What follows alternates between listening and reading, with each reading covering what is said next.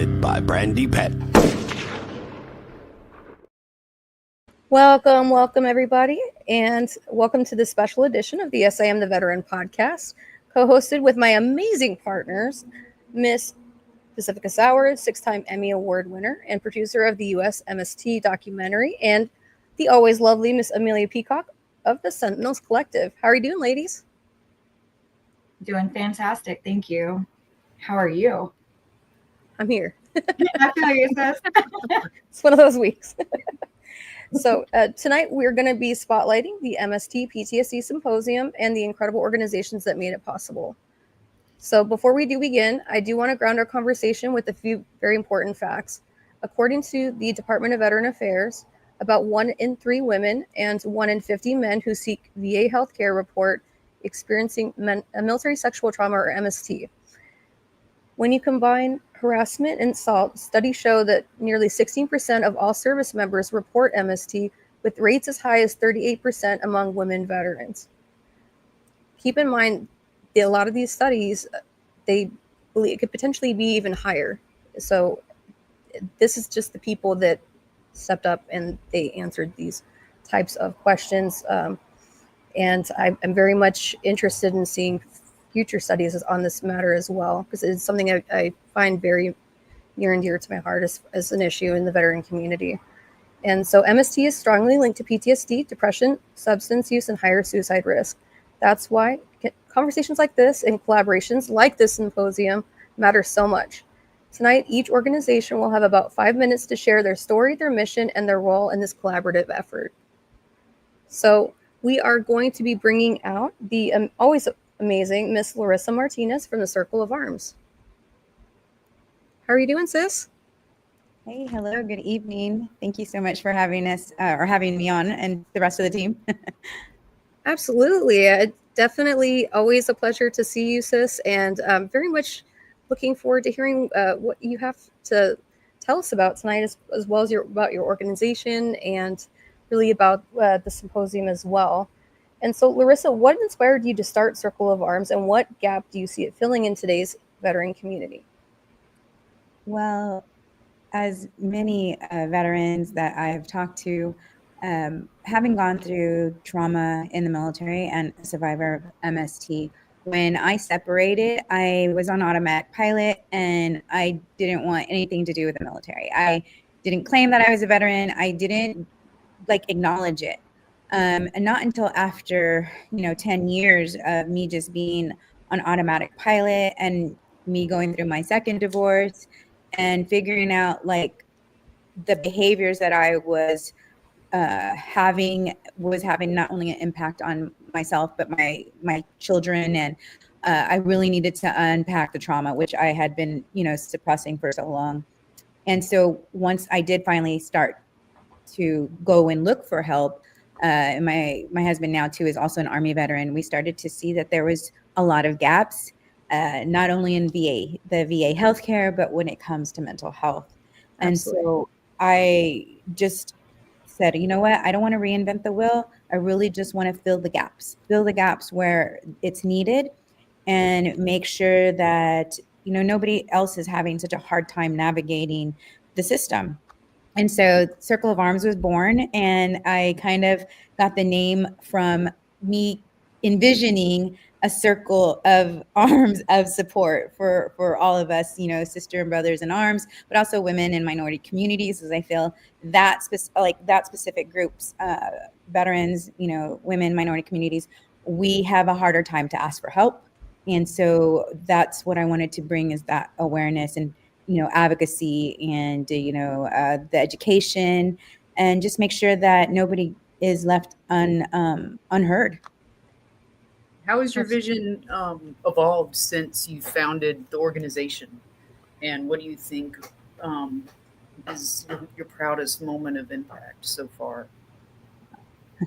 That's a hard question. I feel that we've grown organically, which I 100% love. I'm not one to ever be, I guess you could say, follow the crowd. I try to stay in my lane when I need to. And, I just want to make sure that I'm creating an environment and space and programs and events that are very impactful. I want somebody to leave from an event and say, you know what, I didn't know that before I went there, and I know I have this piece of knowledge that I can take with me, or I just now grew my network of support, 2 times.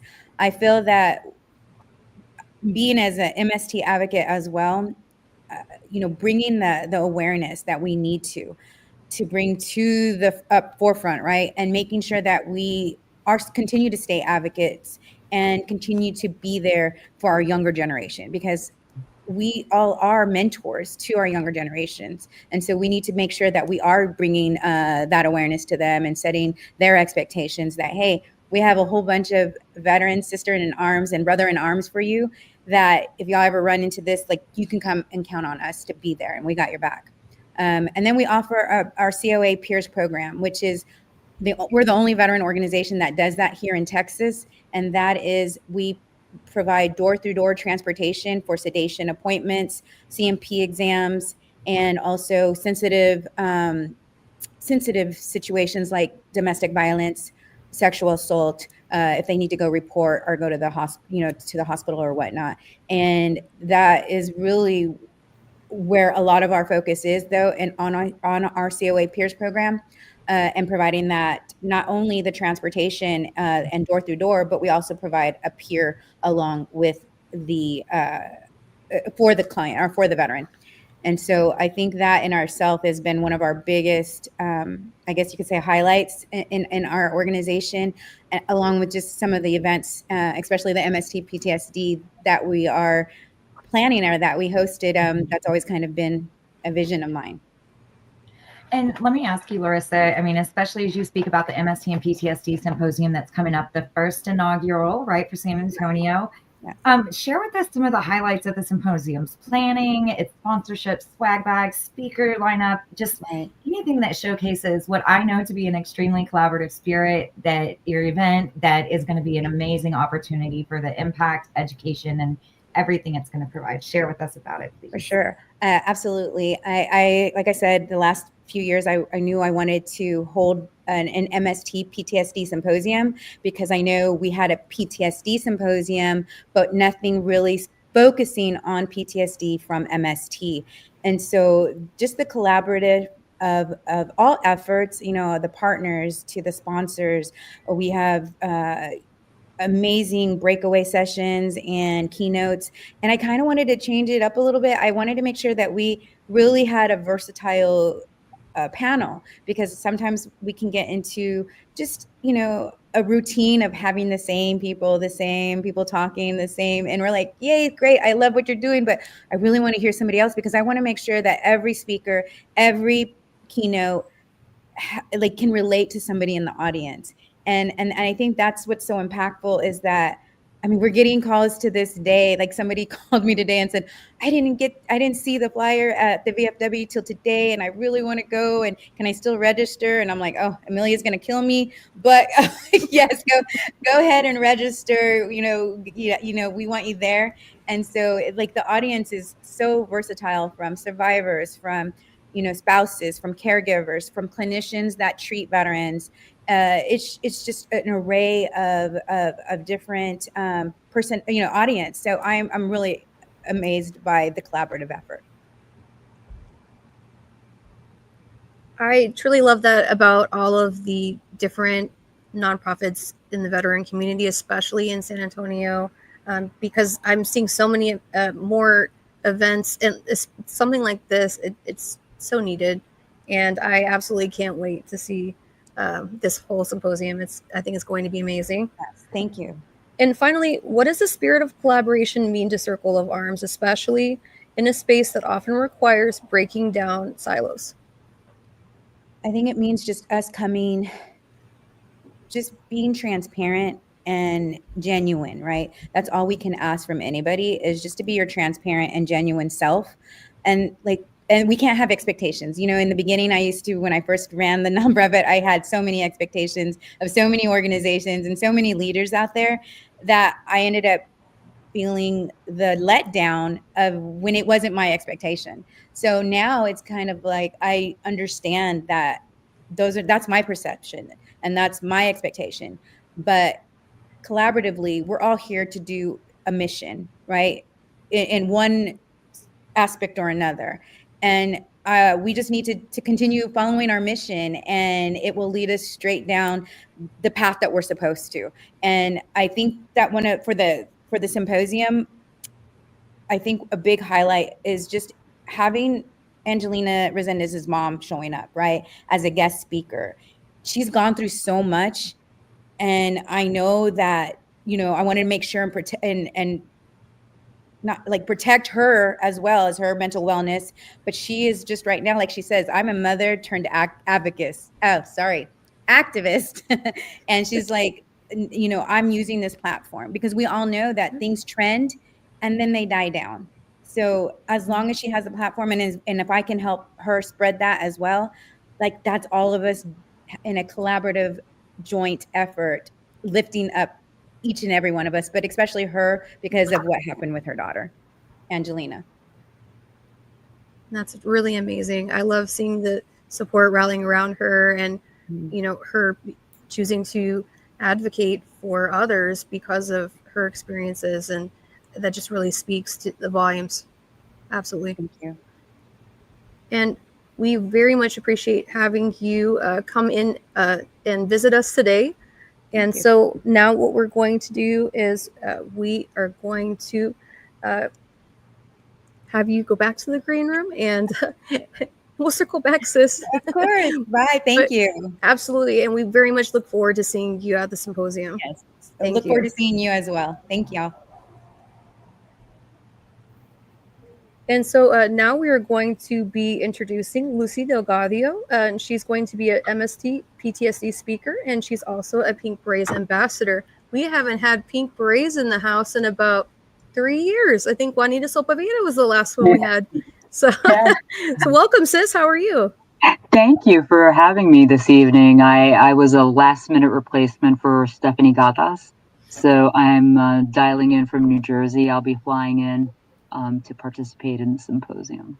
And we're so very excited to be able to see you, Lucy. I know that the Pink Berets have been instrumental in helping plan and get this together, bringing in partners and all kinds of things. And so I'd like to start with, asking, you had mentioned, we had a chance to talk, and I'm so thankful you had mentioned that, and this is amazing, 10 years, boots on the ground, right?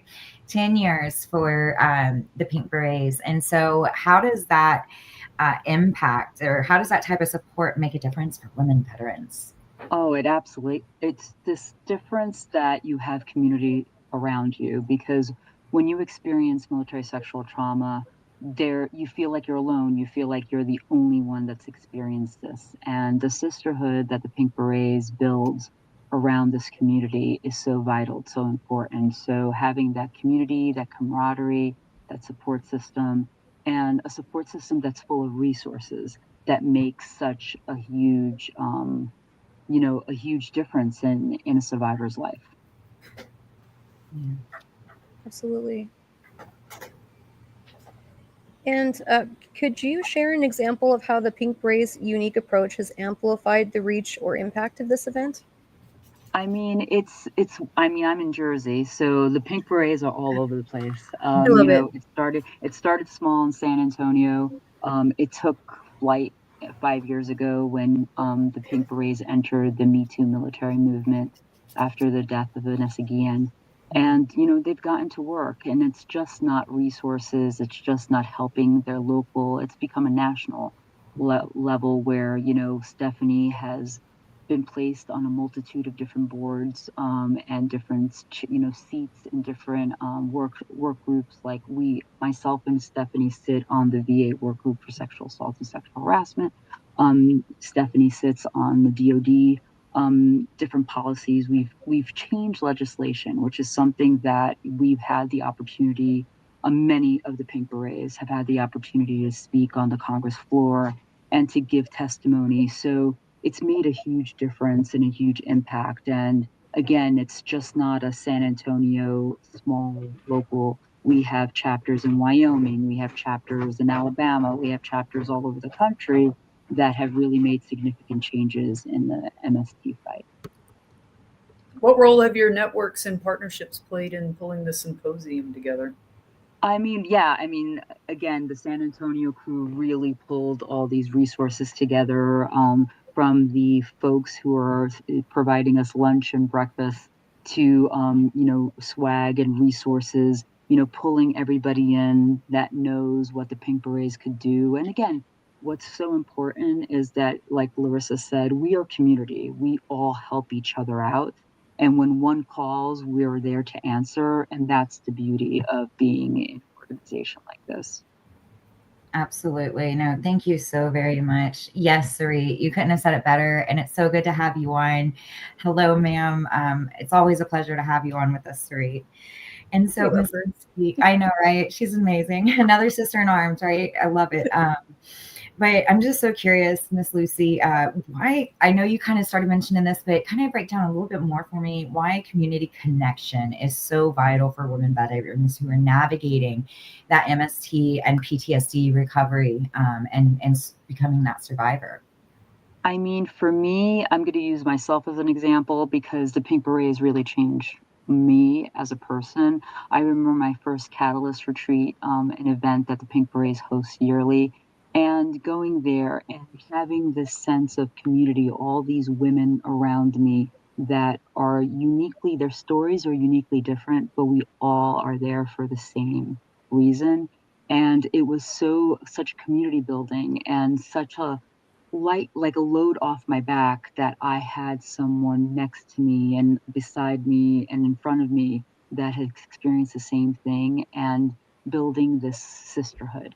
And that's what's so important about this. It's that you're not alone, you're not invisible, because that's what, a lot of people make us feel like we're totally invisible. And we are not invisible when you become part of an organization like this. Absolutely. And thank you so much, Miss Lucy. Thank you. I'm looking forward to it. Again, I'm hosting 2 sessions in the conference and flying in on Saturday and being there. So I'm truly honored and blessed that Larissa had the mindset of putting this together. So I'm really honored to be there. Thank you. You're welcome. And we very much look forward to hearing your speaking engagements. Thank you. Absolutely. And so I'm going to have you go back on into the green room. I wish we could spend a whole hour with each of these speakers tonight. So I feel very bad that we're not letting them shine as much as I'd like. But I mean, that would be like a 5-hour podcast, and I'd feel bad for everybody whose back's involved. For all veterans, after It's all. all good. But thank you so much, and we very much look forward to seeing you at the symposium. Thank you very much. Thank you. And so we will be bringing out Eric Hall from Warrior's Heart. And hi, Eric. How are you doing? Oh, I can't hear you. Oh. There you are. Oh, there you go.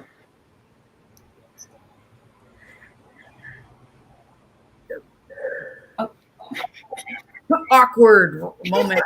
Sorry, Eric. You leave me to make it awkward. Messing up the order. Usually you do it in a different order. She's maybe. I wasn't going to say it, but I'm glad the Marine did. That's all right. Just roll with it. It's good. You have an airman, you got a Navy veteran, you have a Marine on a podcast. Mm-hmm. Friendly ribbings always tend to happen. Well, all we need now is a couple light bulbs. Spoken to Newsies, Insidia. Eric, what motivated Warrior's Heart to not only sponsor but take an active role in the planning committee for the symposium? As soon as I got an email with the idea, just jumped on it. Like, how can Warrior's Heart help? Right? Whether it's sponsorship, speaking, setting up, doing groups, anything that we could do to assist. And then you guys took us up on all of our offers, right? So we're got a guest speaker, we're running a group, we're doing a booth, we're helping set up anywhere we can, became a sponsor, because there's no competition when it comes to MST and PTS, right? The competition is that, not businesses. So when an organization says, hey, we want to bring awareness so people don't feel alone and they can get help, how can we not be part of that, right? I mean, how do you do that? How do you sit there and look at something as traumatic as what we deal with every day, and just turn around and say, hey, good luck, we're going to stay over here, right? It's a team effort. So it was an easy decision to say, I am volunteering anybody in the company to assist. And it just grew from there, and we're super excited for Tuesday. Mm-hmm. As are we. Absolutely. It's exciting. Thank you. It is. So, how does Warrior's Heart mission align with the symposium's focus on both MST and PTSD? Okay, so Warrior's Heart, we do something truly unique. First, we're the nation's provider that only services warriors, which is your active duty, your veterans, and your first responders, right? Because our slogan is Warriors Healing Warriors. So when you're sitting around that fireside chat and you want to talk about your group session, your trauma, anything like that, we want you to be able to relate to other people who are in professions that get a lot of trauma and MST situations. So Warrior's Heart, we like to tackle that in two ways. One is substance abuse, because we all know trauma ties into substance abuse most times, including suicide due to trauma. Substance abuse, I believe, is part of veteran suicide about 70 to 80% of the time. So you have to tackle both. Like, how do you get sober so that you can then face your trauma, and then how do you deal with that trauma? So for Warrior's Heart, us being aligned is we are there to help those who have substance abuse and trauma issues, whatever that trauma may be. And as we all know, some of us do not want to share all of that trauma.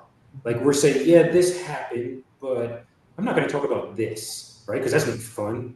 That's scary, or I might get judged. Yeah. Right. You could, if you're in and you say something, right, then you got to deal with it. Or if you're out, you don't want to be judged or labeled. You might not want any pity. You know, especially if you're a man with MST, right? You don't want to hit that like, oh, I'm a macho man, I was a Green Beret, how dare that happen to me? And then you come to us, and then it all comes out. And then we get to really deal with it instead of try to hide it. So having this symposium where that's the topic of trauma, and saying it's okay, there's a lot of us who have it, and that's okay, because we're here for each other. And being here in Military City, USA, right, having it in San Antonio, perfect place for it. So for Warrior's Heart headquarters right outside of San Antonio, we just thought, hey, the more awareness we can bring that it's okay if you have trauma, there's help. It just aligns exactly to what we want to do is heal our warriors. Yeah, Absolutely. and that's amazing, Eric. And I really appreciate it. And just so everyone's aware, is what Eric's talking about. I mean, they're going to also, we have counselors who are going to be managing the safe room. So licensed counselors who are going to be managing that. That's going to be a mixture of VA employees as well as Warrior's Heart, who's going to be running our safe room, so that there's always a space if you're feeling overwhelmed or you need some just quiet time. There is a space that we have set aside for that, and they're a huge part of being able to make that happen as well. And so with what you were just talking about in mind, Eric, like from your perspective, a little bit more into, you know, because for me, it's so important to have a representative for my brothers in arms who have gone through situations, just as it's important for me as a female to be able to relate to a female. And so with that, why is inclusivity such a critical component of healing and community support? So You have it in two aspects that we see all the time, because we have, we have males and females at Warriors Heart. And then there is also female groups, and you'd be surprised how many of them do not want a female group. Like they actually, do you mind if I just go to the normal, like the standard group? Because I feel safe here to talk about it. Why? Because of the two, I wouldn't say minority classes, but the ones that are blocked off. One is, can a female have trauma if it's not military sexual trauma, right? And it's like, what does that mean, right? Like war was for everybody, right? Not just for males. So that's ridiculous. And the second thing is, well, if you're a man, there's no way you had MST. And so you take both of those and you're like, really? Like, is this what we're about? So one of the things that we realize is having that Warriors community on a safe space at Warriors Heart, all that is pushed out the window. Male, female, whatever branch of service you were in, or if you're just a warrior, right? Because we have first responders, you have law enforcement, firefighters, EMTs, males, females, they all deal with trauma, and then you have your active duty reservist, National Guard, and veteran. So that's all we look at is the warrior class. Whether or not you're homeless, criminal record, insurance, no insurance, money, sex, the type of trauma, how long the trauma is, we can't define what trauma is to them, right? To me, like my trauma isn't the same as your trauma. Right. And so in our space, there's a no judgment. So everybody is inclusive because your trauma might just be like you witnessed something terrible and somebody else says, I was a victim of something terrible. And somebody says, I did something terrible. Guess what? It's all terrible. We're going to get through it. And this symposium is a way to bring awareness to that and other resources. Even if it's not Warriors Heart, there's other resources out there. And so those who might be ashamed to look, you get to bring a spotlight and say, you don't even have to look. It's all right here for you. When you feel safe, when you have that courage, when you have that need, here are all the resources for you. And that is a true community effort. That's a nationwide effort, which is why we're national and a lot of these organizations are national. We're about to hit our 10-year mark as well. So we've expanded a second site that just hit 2 years. We're looking at a third site in about 18 months, hopefully. So the need is there. The key is the community has to bring awareness that there's help instead of hiding. What message do you hope attendees take away from the Warriors Heart's role in this effort? So there's a couple things. The first one is it truly is warriors healing warriors, right? It's not going to be that you're sitting there talking to somebody who can't relate, which then reduces that judgment fear of if I say too much, I'm going to be judged, right? It goes part of the substance abuse in the 12 steps, right? It doesn't say for you to just admit some of the things you did wrong. Trauma's the same way. If you only admit some of it, you're not going to heal from any of it. And so at Warriors Heart, we want to make sure people know that we're a safe space. We get you because we are you. I would have to guess, I don't have the exact numbers. I would say at least 80% of our staff is either in the Warriors class or recovered. And we talk about it, we share our stories. So we let them know it's a few small choices in life that separates the client from the staff. And sometimes our staff were those clients. So if we can be part of this and say Warriors Heart is here for you, or we'll guide you in the direction if we're not the right spot for you. But Warriors Heart is here for our warriors for that substance abuse trauma healing. So now they can go back to a more productive and energetic life without fear, without hiding, without all the things that come with how you react to trauma. And we get to help them cope with that. So we just want people to be aware that we're here to help and that it is a community. So although we're here to help, we're not the only person to help. There's going to be a whole team there that's there to help, and we're just one piece of that. And I very much, and as well as I believe my co-hosts as well, very much are looking forward to seeing you at the symposium as well and hearing a lot more about what it is you have to say. And I thought it was very interesting that you were speaking about those different studies, especially with post-traumatic stress. I know a recent study caught my eye.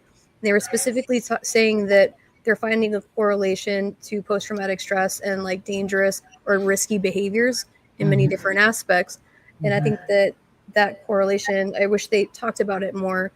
And having that, the no judgment area, I think that's really something to speak for. And it's, I think, really refreshing to hear that, especially that a lot of the staff, like, they once could understand exactly where they stand, because I believe us as veterans, a lot of times we feel that, with people that we see, like, at least clinically, by the time they don't understand me or they've never been in this position in their life, and how can you give me advice when you had never stood in my shoes?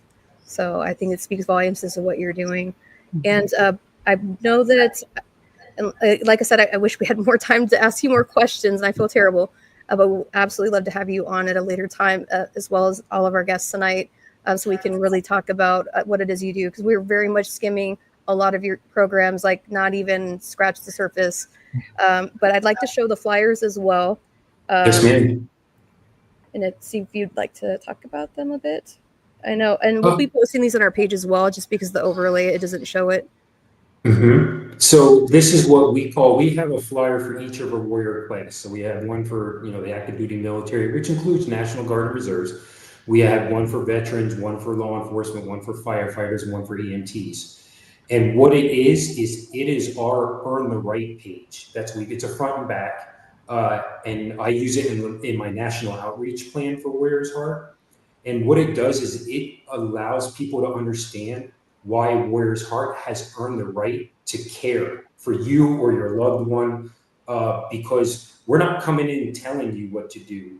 What we're saying is, hey, we've earned the right to at least listen and give you the tools that we know can help. And there's a lot of hard work. So we have to prove that we've earned it, because we're going to put you through 6 weeks of tough work, and it doesn't end at the end of the 6 weeks. So your first question is, well, who the heck are you to tell me I have to work my butt off for the rest of my life? So this kind of is a pamphlet that we use to show why we've earned that right to help you. So we'll be posting these on our Yes, I Am the Veteran podcast pages, as well as the symposium flyer. So I know it's like, I know I can't read the words, but it'll be much more legible, I promise, in font that our old veteran eyes can read, I promise. But thank you so much, Eric, for coming on tonight, and we're very much looking forward to seeing you at the symposium. Thank you. Thank you.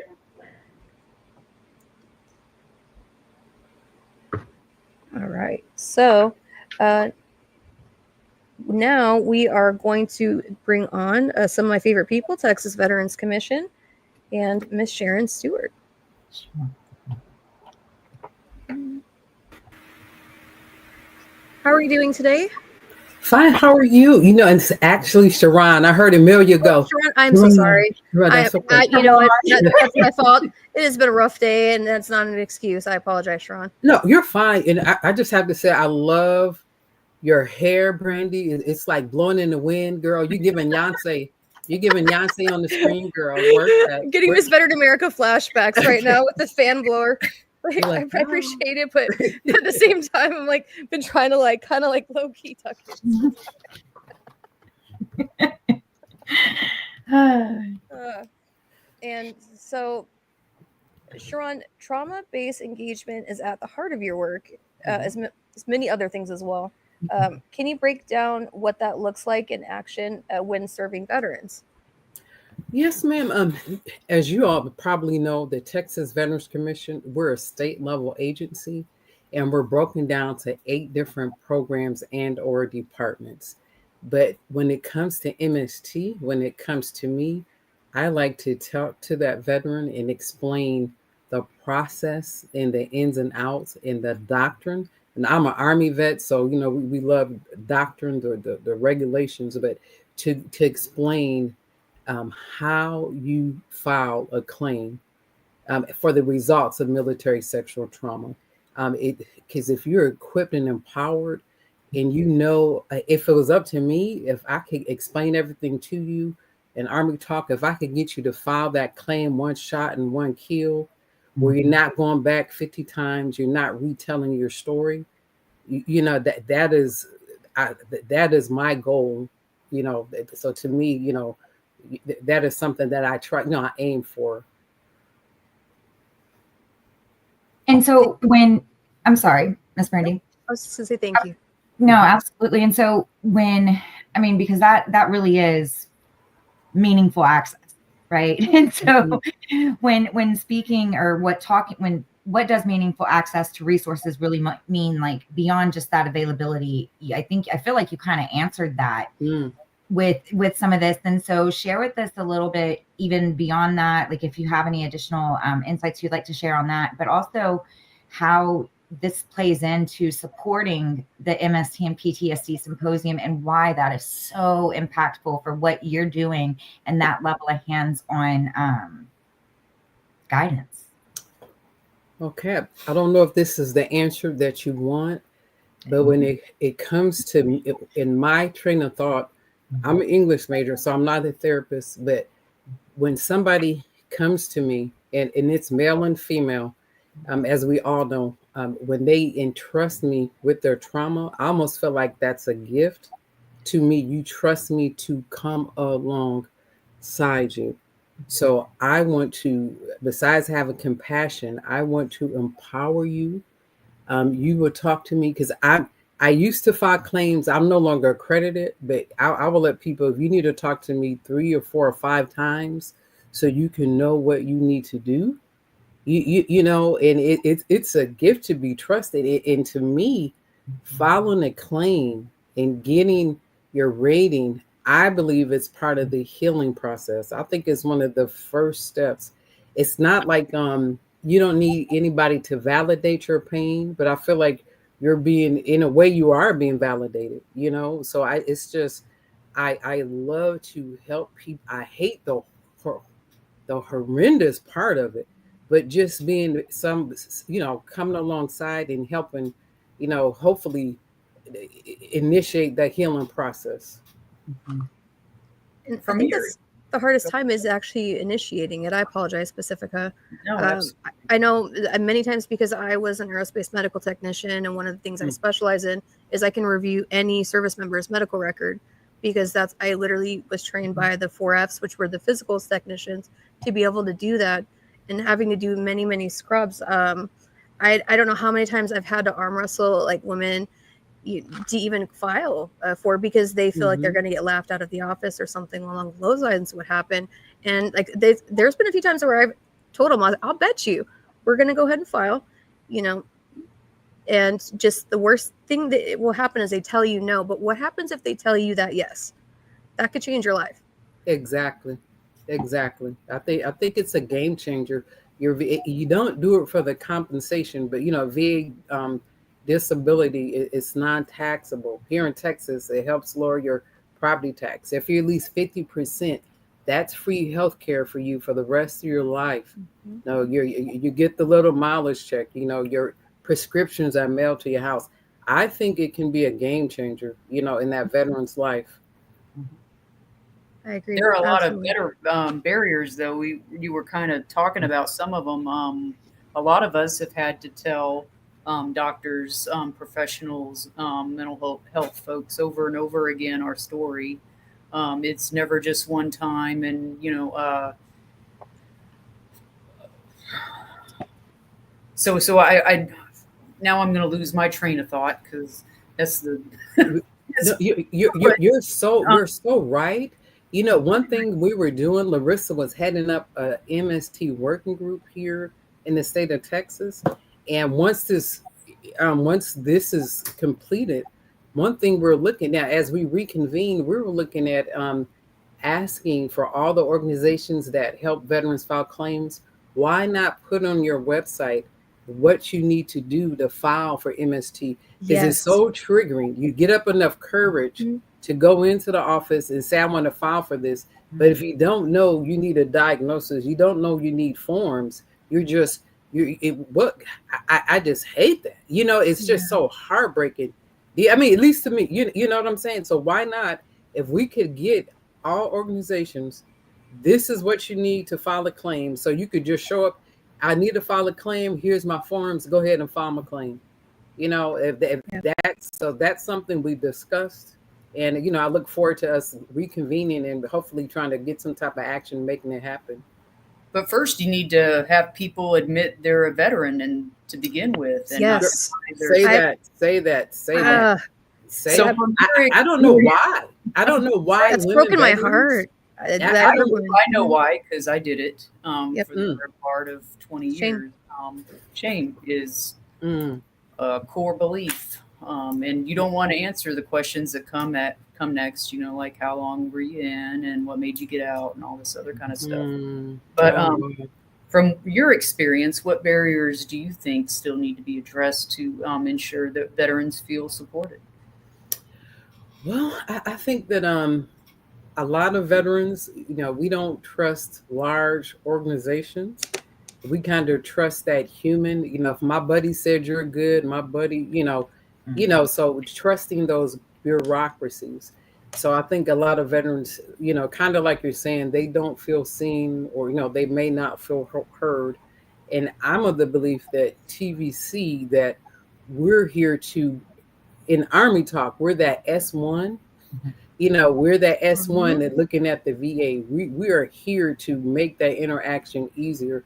We have healthcare advocates, you know, who help run down help you get your appointments and all that. So, but yeah, some of them don't, but hopefully we're approached, because the majority of people that work at TVC are veterans. So we're here to help our fellow veterans. And I think Texas Veterans does so much for the veteran community. If you do reside in the state of Texas and you have not physically walked into Texas Veterans Commission to even just learn about what they do, and they don't just do things related to claims. So definitely check out the website. So each of the speakers has the website that goes directly to them, and they list their programs and what it is that is more in depth. And like I said, we could have Sharon on for a whole hour. We had Miss Felicia Kelly from Texas Veterans come on a few years back, and I love her. She is a legend. Yes, and she specifically spoke about this and about like a lot of that, and the fact that a lot of women or people that have MSC, should I say, there's like 70. I think there's a study that they did with the VA, and there was like 70% were alcohol that was involved in some manner, and so many people it happened when they were deployed. They're so afraid that they'll be court-martialed just for even claiming that. And that was something that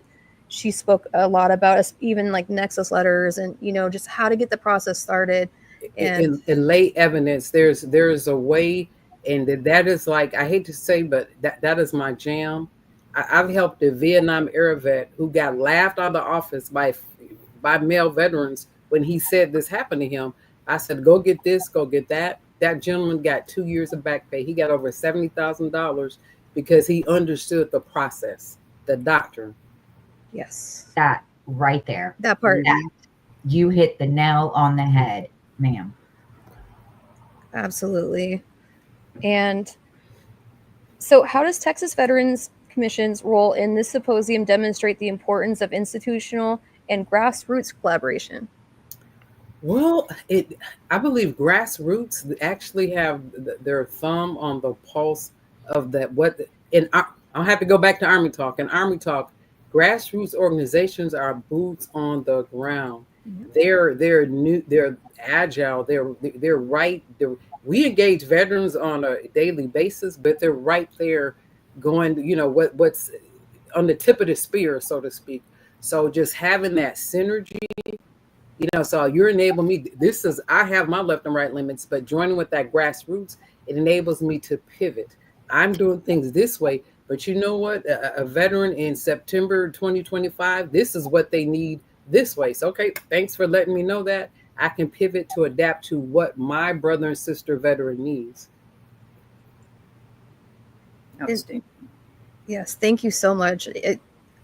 Every time I speak with anyone from Texas Veterans like Commission specifically on this podcast, I always learn new things. And yes, we definitely would love to have everybody that came on tonight come on again independently, and I just really go deep dive into more about what it is each organization does. And yes, definitely please check out Texas Veterans, and we very much are looking forward to seeing you at the symposium as well. All right, and I promise the next time you talk to me, I'll talk like a civilian. I'll brush up on my civilian needs. So I do apologize. Ma'am, this is a veteran podcast. It's in the name. Okay. Literally, you are right now. It makes us uncomfortable. Like, to be honest, we don't outright shun civilians. That's not true. However, we make it a comfortable environment for veterans too. So don't worry about that at all. And actually, it's funny because we have Air Force, Navy, Marines, and Army all on one screen right now. All represented. All right, ladies, thank you so much for the privilege. Thank you. Thank you so much, and we'll see you soon. All right. Bye-bye. And so let's bring out our next speaker. Hold on. Let me see. Drum roll, please. Miss Amelia Peacock from the Sentinels Collective. Please, warm welcome. Yay. Thank you. I appreciate it, ladies. Thank you so much. What did I do it right? I wasn't going to halfway it. Unfair to you.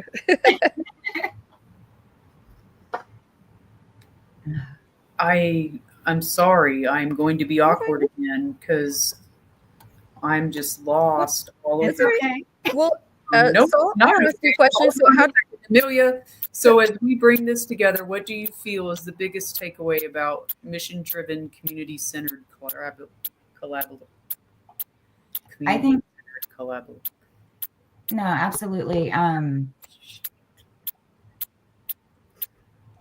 Is that my computer ticking? Never mind. That is so weird. Why does it sound like wind pants? I'm getting flashbacks know. to the 90s. It was doing that earlier when I was on, and I don't know. So it's going back to Dell. I do apologize. That kind of made me squirrel. But why do I feel like this is the mission? What's the biggest takeaway about mission-driven, community-centered collaboration with this? I think that it's everything that we've spoken about tonight. Every single person has spoken about the power and the importance of peers. Having that person who can understand exactly what it is that, that we are talking about when we deal with these different situations, and that to me, I think is the biggest thing, the power, like Sharon mentioned, the power of all the partnerships, the power of bringing so many different resources together for individuals to be able to know that they are not alone and they don't have to walk in their walk alone. That they have a lot of support and a lot of individuals who have navigated some of those bridges. And we're here to be able to try to help them better navigate than what we were able to.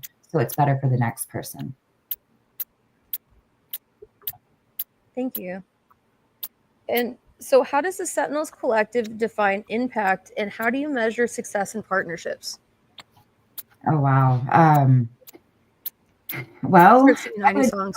No, absolutely. I mean, impact, I would find that in kind of, the Sentinels Collective is founded, of course, by me in order to be a transformative organization for trauma-informed advocacy, peer support, and community-centered leadership.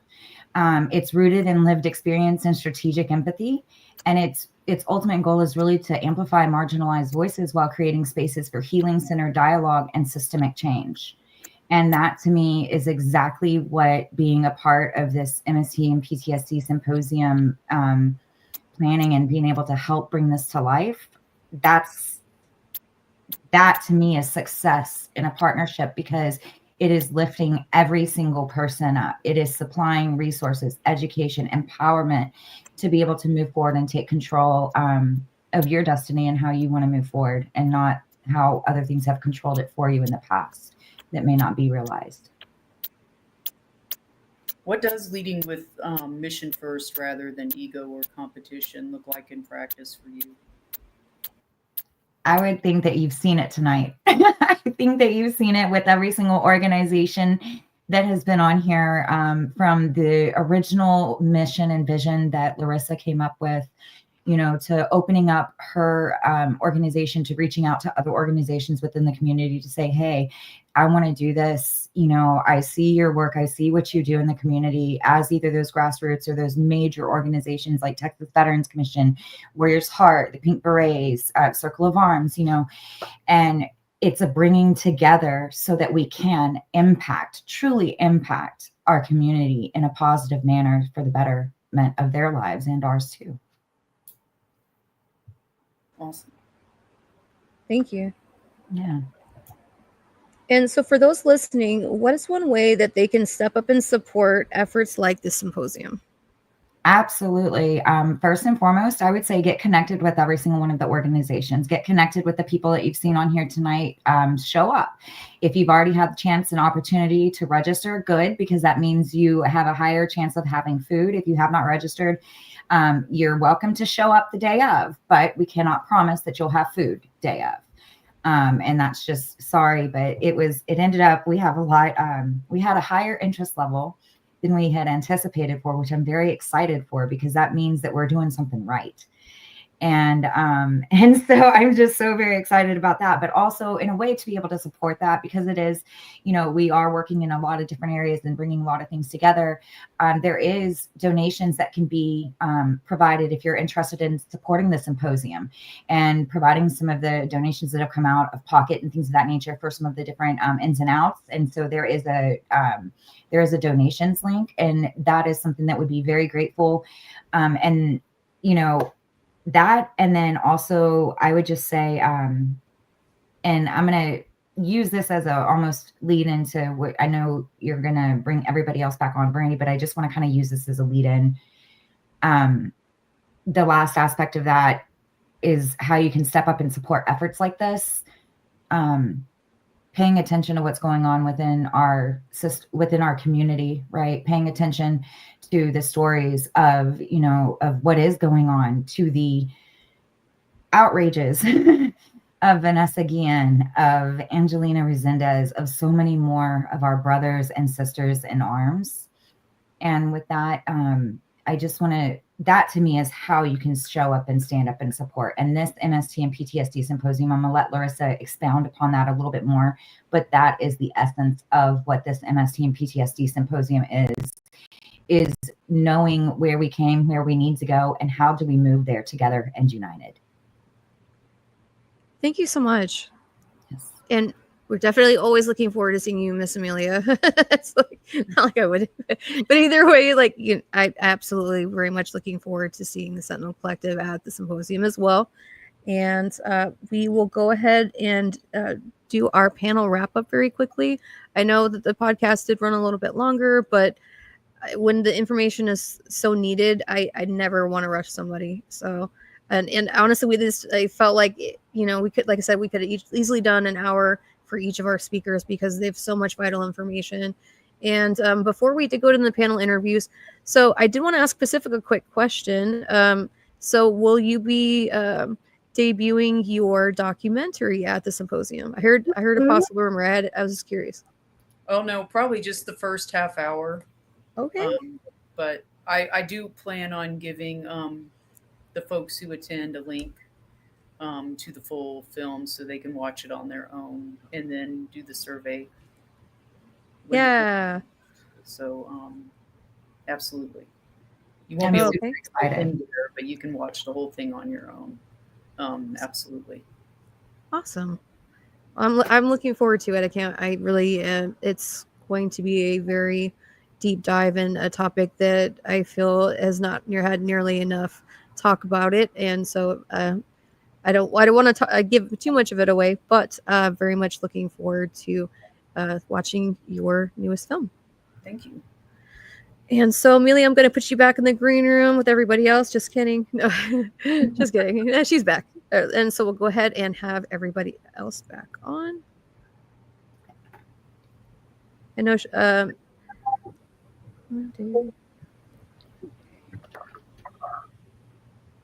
Okay, so let's go ahead and have everybody come together for some closing reflections. Each of you brings a unique perspective. What surprised you most working alongside one another during this planning process for the symposium? Larissa, you're muted. I was like, wait. Larissa, you're muted. I can see her hands. Dang it. Sorry. I just want to say that I'm so thankful for everybody, because sometimes I say this, I'm like the most, I guess, unusual, unorthodox type of leader or organizer. If you could see my open tabs on my laptop, that's how my brain works. And so I have like 100. I live on the struggle bus, no judgment. We listen and we don't judge. Yes. So I like, oh, can you do this? Can you do that? Oh, gosh, I need this. And, I'm always multitasking, always doing something. And just the welcomeness of everybody just pitching in and trying to help. And, not to say anybody did more than the other, but Amelia literally was like my, she was like my right hand, hand. Yeah, absolutely. And I did this and I got you the separated emails and I'm like, oh God, thank you. So she just really, really had my back throughout this, along with just everybody like Sharon and making sure we got the venue, and Stephanie with the food, and just things that I don't have to go back and think of. So I just feel like collectively and collaboratively we got to be closer just planning this. So I really think it went well.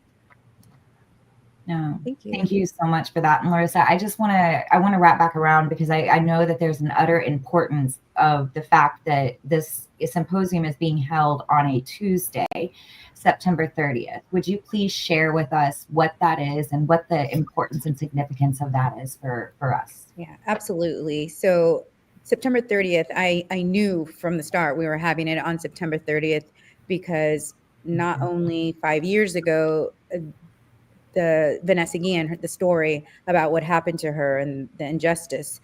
It's 5 years later, and it's her heavenly birthday, and also it's Vanessa Guillen Day. A few years back, Texas did recognize September 30th as Vanessa Guillen Day. So all of those just together tie in the importance of why we needed to have it on September 30th. I wanted to ensure that we honored Vanessa Guillen and the story that we will continue to honor, years from now, but that we do something that makes an impact and spreads awareness, and that we continue to advocate for all our brothers and sisters on this topic, and not let it die, and not let it just be a trend, and that we continue really fighting, kind of like I like to say, your fight is our fight. And so that's what we really want to bring with the symposium. And thank you so much. And I know, Sharon, we did go a bit over. I know we had a slightly bit different order, but I did want to ask you the same question. I think that I'm not gonna say I was surprised, but I was pleased by how well we meshed, because I'm like to the point, no frills, but so it's just people with different mindsets and different perspectives. So that was very, I think everybody kind of just came together like the Avengers. We assembled and Nice. accomplished the mission. Yes. I was about to say regulators. Okay. Yes, I love that. Regulators. As Rosie would say, we can do it, right? Yes. Well, let's go around real quick, in just one word. How do you describe the spirit of the symposium? Lucy. I'm going to say it's electrifying. I think it's going to be a lot of people coalescing together and really supporting each other. But like Larissa said, September 30th is a day that brought a lot of people together. And that's when a lot of us organizations started to become one with each other. And that's where all the support came from. So I'm going to say electric. It's going to be electrifying. How about you, Eric? Word would be intention. right? None of us are coming there half butt. I'll watch my language. We're not coming in there half speed. We're all coming with a specific intent, and that is to bring awareness and to provide resources and help. And so intentional is probably a great way to summarize just the entire effort of it and the ripple effect that's going to come from this. So it's definitely intentional. Miss Sharon. I know you said one, but healing and hopeful. Yeah. Those are good. What do you think, Amelia? I would say compassion and love. You get two too? Yes, I do. Yeah. Yay. Give me a word. Give me a word, Larissa. Empowering. Empowering. Yep. Good. That's what I would have said. That's awesome. If one person can be empowered, then that means that event was an absolute success. Absolutely. And I've been to so many events where they were far smaller in size, and people have actually come up and they've said, this is the first event I've been to in 12 years. I've never even identified as a veteran because of this. So, just like I said, if you empower one person, it was a success. What are you, Pacifica? I can ask you the word too, then, real quick. I'll say authentic. That's the word of the year. Yeah. Eric said intentional. I'll say authentic, compassionate, healing, hopeful, unity, electrifying. I think that about gets it. Thank 100%. You. It's exciting. And so, looking ahead, what do you hope this symposium sparks for the veteran community and beyond? Larissa, I'll start with you. Just like the word empowerment, unity, just that, again, that there's somebody out there that may not know the resources, like Sharon saying, like getting, like we got to get rid of the red tape. We really got to get rid of the red tape as a community, as organizations. I don't want to have to deal with red tape. I don't want to have to put veterans to deal with red tape when they try to get help. And so I just really hope moving forward that we can still collaborate and still come to each other and say, hey, we have somebody who really needs some, a service or, a warm handoff, and really just that we follow up with everybody, because I feel like too, that's something that we don't, sometimes we just don't, do a lot, is that follow up. 30 days from now, 90 days from now, how are you doing since then? Like, just kind of that follow up. So I hope that that's what we bring. Thank you. And what about you, Sharon? I'm sorry. I thought I answered the question. I'm sorry. What was the question? So what do you hope the symposium sparks for the veteran community and beyond? I hope it sparks that we have active, engaging conversations about MST and about our mental health. I don't understand the stigma behind being human and hurting. I just don't get it. So I'm really hoping that, that's what this will spark. Thank you. Absolutely. And what about you, Lucy? What do you hope that it sparks? I'm hoping it's going to keep this communication and this going. I hope that we're going to create the next round of advocates to keep it. Because again, my assault was in 92. And, I was on the heels of the tailhook scandal. Like, that's when I was, and all those were going on. And I just want to keep this conversation going. I don't want it to become, go under the rug again. And I just want to make sure that we are prepping the next class of advocates to be ready to continue this fight. Thank you. And what about you, Eric? I hinted at it before, the ripple effect. It's something that we take to heart. We've already served over 3,600 warriors. And if you think, say each person has maybe 100 people that they engage with in the next couple of years. I mean, I'm Italian, right? You have 100 people at dinner. So think about people that have it. You hit millions of people And so whether there's one person gets it, 10 people that get it, or 1,000 people that get it on Tuesday, it's that ripple effect that just has those endless possibilities. There's something amazing that could be said or done on Tuesday for somebody who's not even in the state of Texas. And that's neat. We don't have to know about it. All we need is we put that in the universe for that to happen. And so that's my biggest excitement, is the ripple effect that will come from this immediately and long term. Thank you.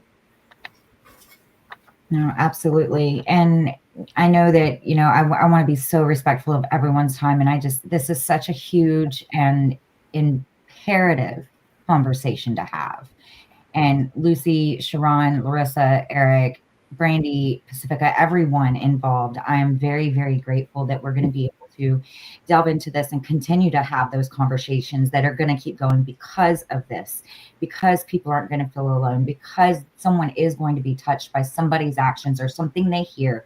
It is going to connect with them in a way today that you never know the outcome of, but it's going to be a positive one. And I can feel that in every aspect of the planning and everything that we've put together. And so I'm very excited and hopeful for this. And I know that we do need to wrap it up, but I just, I really want to say, you know, this has and is about leading with mission, impacting community.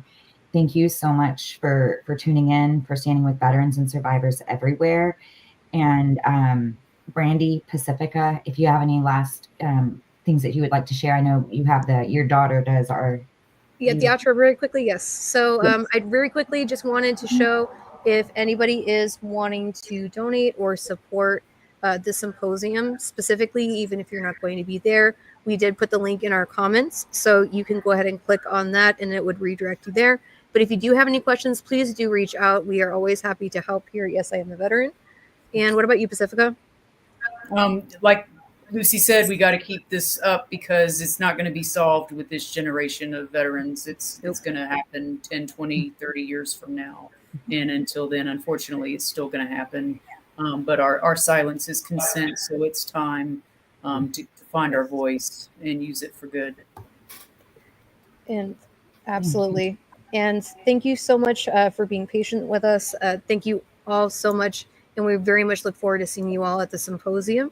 We are Yes, I Am the Veteran, and we will go ahead and say goodbye. And we will definitely follow up with all of you guys in the future for future podcasts. And if anyone has any questions about the symposium or anything like that, please do reach out. We are always happy to help. But Aurelia, take us away. Take us away, Nuggie. Hi, I'm Aurelia. Just a reminder, smash like, hit subscribe, and click the bell. Please give me my mommy some hearts. Yay, veterans!